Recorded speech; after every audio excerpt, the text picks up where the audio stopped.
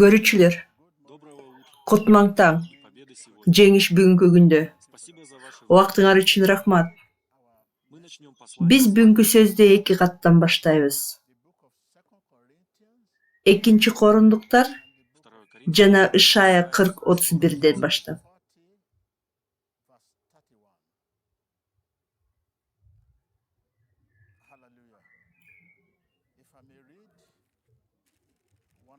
Мен 2 Корундуктар 12-бөлүмдөн 7-9 аятты окуйм. Өзгөчө аяндарды алганымдан улам, мен синип кетпес үчүн менин денемде тикенек бар.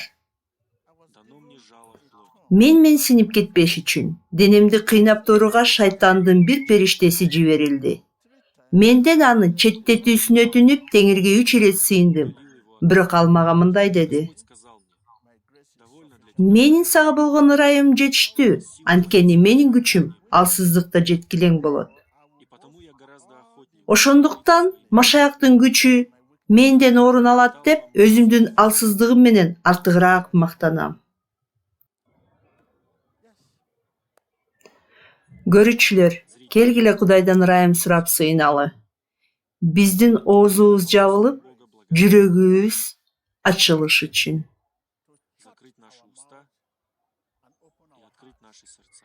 Бул жүрөккө таандык суроо. Көрүүчүлөр, Кудайдан сураңгыла, ал силердин оозуңарды жаап, жүрөгүңөрдү ачыш үчүн. Жүрөгүмдүн ичинде. Жүрөгүмдүн ичинде Теңир.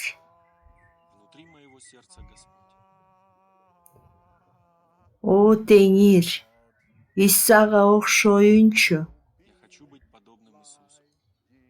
Жүрөгүмдүн ичинде. Кудайдан сураңгыла, оозуңарды жаап салып, жүрөгүңөрдү ачыш үчүн. Бул сөздү кабыл алуу үчүн. Ишеним адамдын жүрөгүнө таандык. Качан биз Теңирге колдорубузду көтөргөндө, Кудайдын колдору иштеш үчүн орун алат.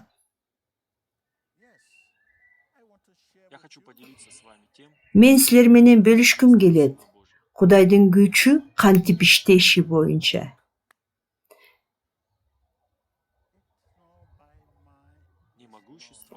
Кудуреттүүлүгү менен эмес, күч менен да эмес, бирок бир гана менин рухум менен, дейт Теңир.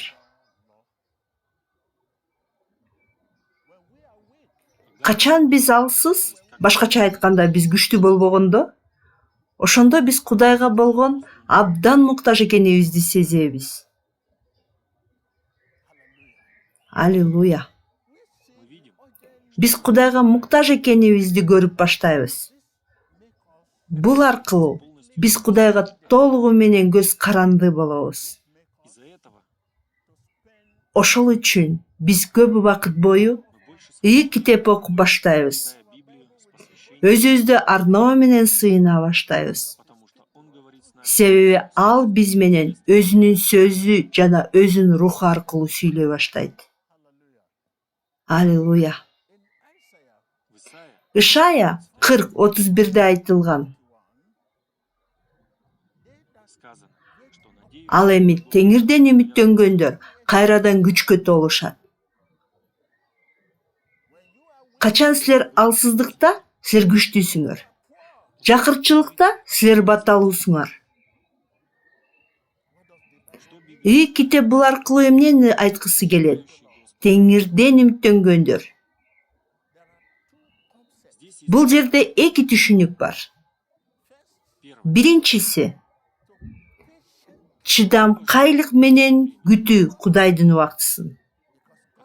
Себеби Кудайдын убактысы бул эң сонун убакыт. Бул биздин убакыт эмес.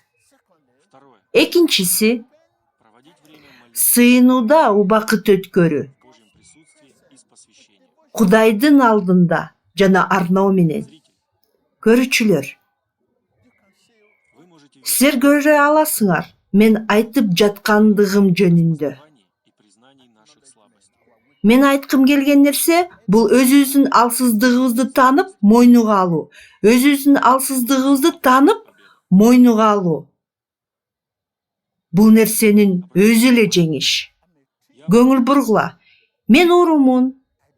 Мен эми ууру болгум келбейт. Мен ушакчымын. Бирок мен эми ушакчы болгум келбейт. Мен калпычымын. Мен эми калп айткым келбейт.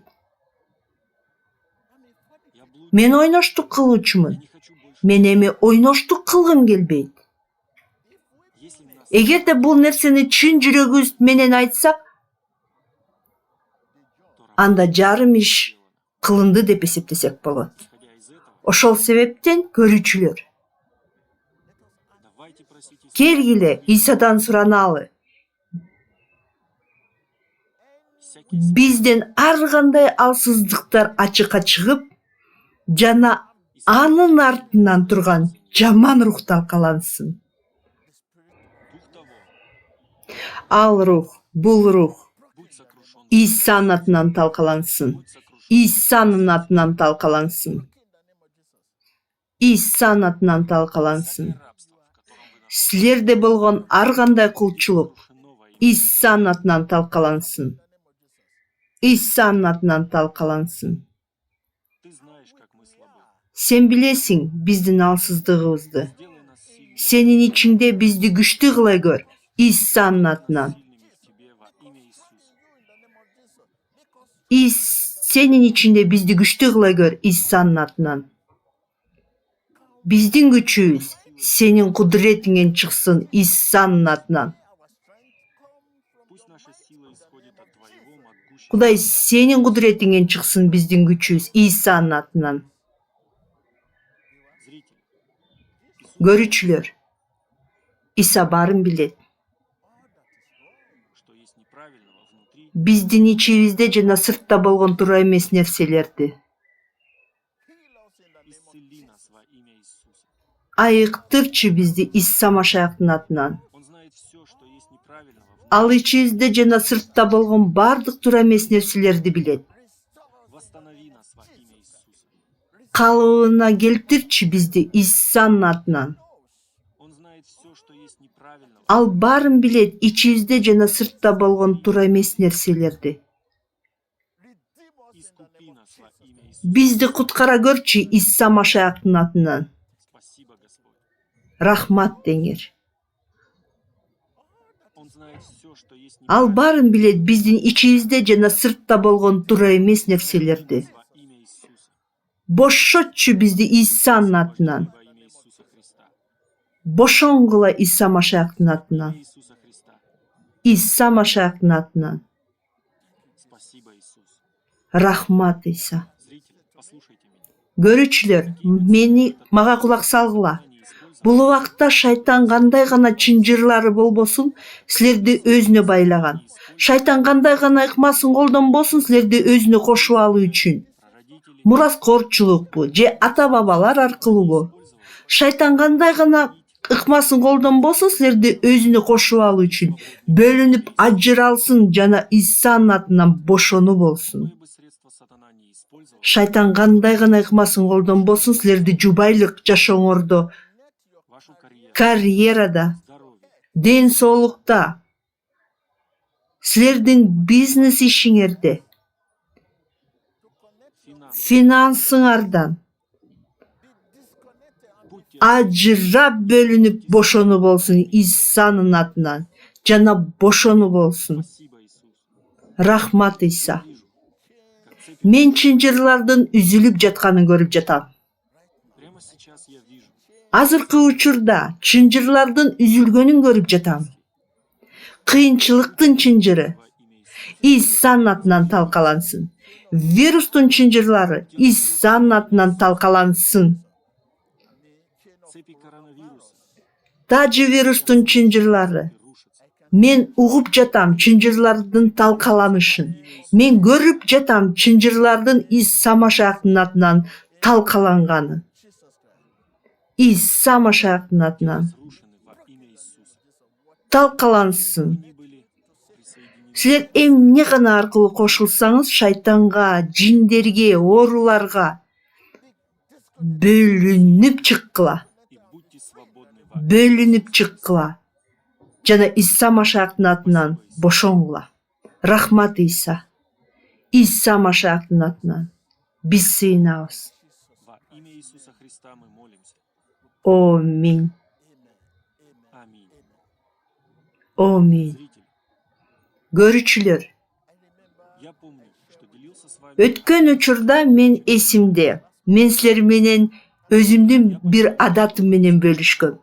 Бүгүн мен дагы бир адатым жөнүндө бөлүшмөкчүмүн. иди. Баскан сайын сыйын, Молись и говори. сүйлөп жатып сыйын, Молись и смотри. көрүп жатып сыйын, Молись, не переставай. токтобостон сыйын. Качан силер лимон кошулган ысык суу ичип жатканда, эгерде ден соолукка мүмкүн болсо, мен силерге кеңеш айткым келет. Өзүңөрдүн дарыгериңер менен кеңешкиле. К примеру, беременные женщины. Мисалы, кош бойлуу айымдар дарыгерден кеңеш сурагыла. Бог Кудай бул жаратылыштын Кудайы.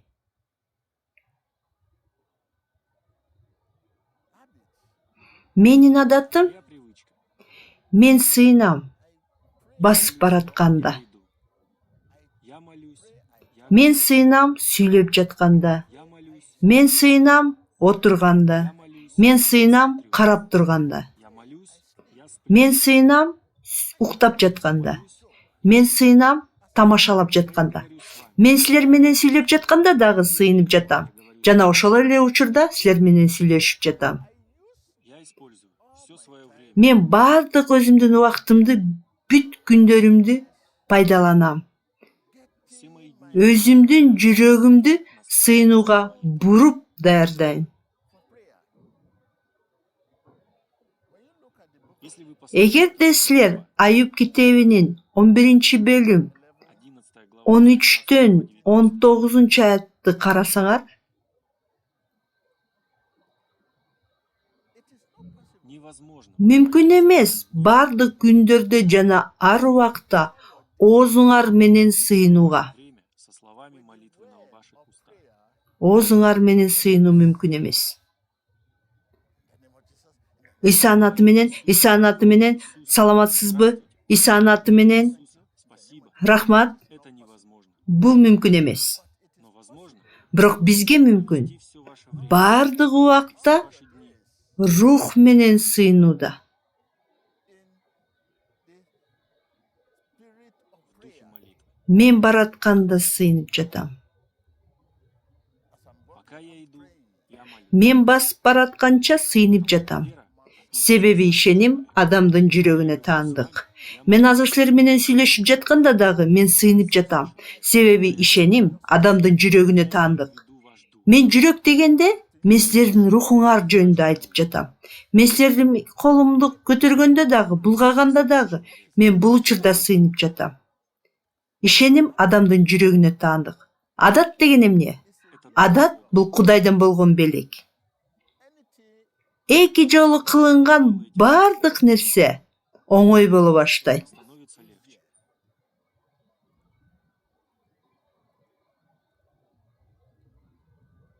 Я играю. Мен күнүгө ойнойм. Это привычка. Бул адат. Я прыгаю каждый день. Мен күнүгө секирем. Это становится моей Бул менин адатым болуп калат. Это дар от Бога. Бул Кудайдан белек. Давайте рассмотрим Келгиле карап көрөбүз. Кээ бир китептеги кармандарды. Если говорить о Данииле, Эгерде Даниэль жөнүндө айтсак, молился трижды. Даниэль күнүгө 3 жолу сыйынчу. Это была привычка. Бул адат болгон. Если мы говорим о псалмопевце, Эгерде биз Забурдагы ырчыны карап көрсөк, разу в день, анда ал бир күндө 7 жолу сыйынчу. Бул Забур 118-де жана 164-аятта жазылган. давайте поговорим об учениках Иисуса. Келгиле Исанын шакирттерин карап көрөлү. Встречались каждый Алар день. ар жуманын 1-күнү чогулган. Бул элчилердин иштери 27-де жазылган. Это дар от Адат бул Кудайдан болгон белек. Я молюсь. Мен сыйынам, мен баратам. Я молюсь. Мен сыйынам, мен секирем. Я молюсь. Мен сыйынам, мен күлөм. Прежде чем я засмеялся, Мен күлгөнгө чейин мен сыйындым. такая молитва, как Бирок бул биз сыйынып жүргөн сыйынуу эмес. Исанын атынан бул мүмкүн эмес. молитва Духа. Ал эми рухта сыйынуу бул. Я могу так молиться. Мен мынтип рухта гана сыйына алам. Я молюсь, но Мен сыйынам, бирок руханий сыйынам. я молюсь. Мен сыйынам, мен баратам. Мен сыйынам, мен кыймылдап баратам. Иштериң кандай? Мен сыйынып жатам. Мен саламдашам. Это мой секрет. Бул менин сырым. Меня спрашивают, как молиться. Менден сурашат, рухта кантип сыйыныш керек? Ыйык китептен Размышляйте над тем, окуган сөз жөнүндө ой жүгүрткүлө. Кайрадан, это снова и снова. кайталап ой жүгүртө бергиле. Качан силер кайрадан ой жүгүртө берсеңер, Ваш дух, силердин рухуңар бул сөз аркылуу иштей баштайт. когда ваш дух действует, Ал эми силердин рухуңар сөз боюнча иштей баштаганда, ал силердин үстүңөрдөн таасирин бере баштайт. Силер айткыңар келген нерсе бул силердин айтып жатканыңар эмес, себеби рух бар. Ага туруштук силер бере албайсыңар. Мына мени карагылачы, бул менин кылгым келген нерсе эмес, бирок мен туруштук бере албайм. Бул Кудайдын күчү. Чындыгында мен аны жетиштүү кылбадымбы? но это сила Божья. Бирок бул Кудайдын күчү. Когда вы начнете Качан силер окуганыңар жөнүндө ой жүгүртө баштаганда, прокручивать, жүрөгүңөрдө аны кайрадан кайталаганда, ваше сердце силердин жүрөгүңөр включает ваш дух. бул силердин рухуңар. Ваш дух Силердин рухуңар сөздүн негизинде иштей баштайт. Качан гана силердин рухуңар сөз боюнча иштей баштаганда, ал силердин үстүңөрдүн таасирин бере баштайт. Мына мени карагыла. есть сила позади. Аркада күч бар. Это сила. Бул күч ким? Кудай. Вы не один. Силер жалгыз эмессиңер. Когда вы говорите, Качан силер сүйлөгөндө, Кудай сүйлөйт. пытается превосходство. Ошентип силердин үстүңөрдүн таасирин бере баштайт. Качан силер караганда, Кудай карайт. Силер күлгөндө, Кудай күлөт. Так обретается превосходство. Ошентип үстүңөрдүн таасирин бере баштайт. Зритель, на этом Көрүүчүлөр, ушул жерден силерди калтыргым келет. Господь Иисус, заверь зрителей, Теңирибиз Иса, көрүүчүлөрдүн өзүң башкарып жатканыңызга ынандырыңызчы Исанын атынан. Амин. я оставлю вас в вере. Мен сиздерди ишенимде калтырып, ишенимдин жолунда жолуктурам деп үмүттөнөмүн. Послушайте это. Уккула, Это молитва. бул сыйынуу убакыт менен чектелбейт. В любое время, когда вы слышите Качан болбосун сыйынууну укканда, ичинде Кудайдын катышуусу сакталат. благословение. Рахмат, Кудай силерди баталасын.